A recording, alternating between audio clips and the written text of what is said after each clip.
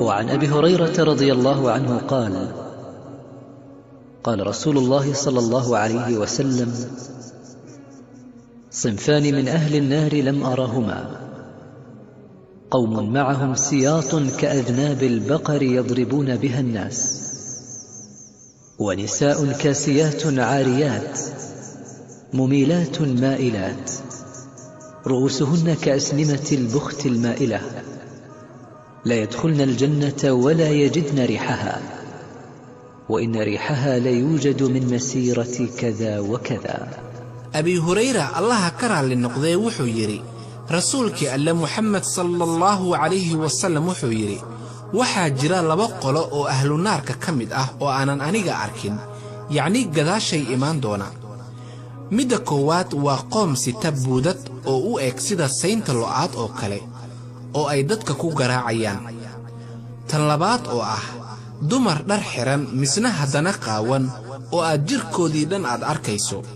oo ruuxi doona garbahooda si ismacnayn iyo isjijibisna ka muuqatana u socon doona madaxyadooda aad moodo sida kuriska geel yacni sita timo been ah iyo maryo lagu gurayo timaha si loo dheereeyo timahaasi wuxuu yiri rasuulka alle Muhammad sallallahu alayhi wasallam kuwaasi ma gali doonaan jannada mana heli doonaan udugeeda ama carafteeda maxaa udugeeda iyo carafteeda ahba waxay u jirtaa masaafo intaas in ay jannada udugeeda helaan subhanallah allow adigan ka nabadgalnay inaad naga qadiso uduga jannadaada iyo riixaanteeda haddaba gabdhaha walaalaha ee muslimiinta ahow ka taxadara waxa aad samaynaysaan markaad aroosyada aadaysaan oo inaad xirataan dhar laga arkayo jirkiina oo idil iyo timahaaga aad ka buuxiso buruko ama taakooyin badan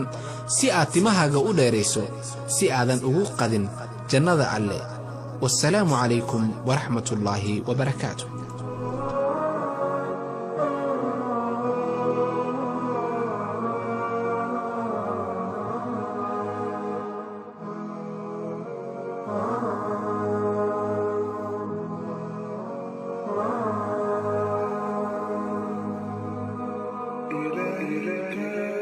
إليك إله الخلق أرفع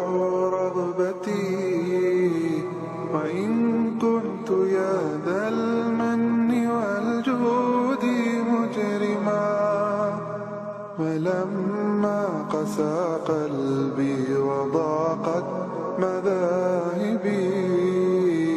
جعلت الرجاء مني لعفوك سلما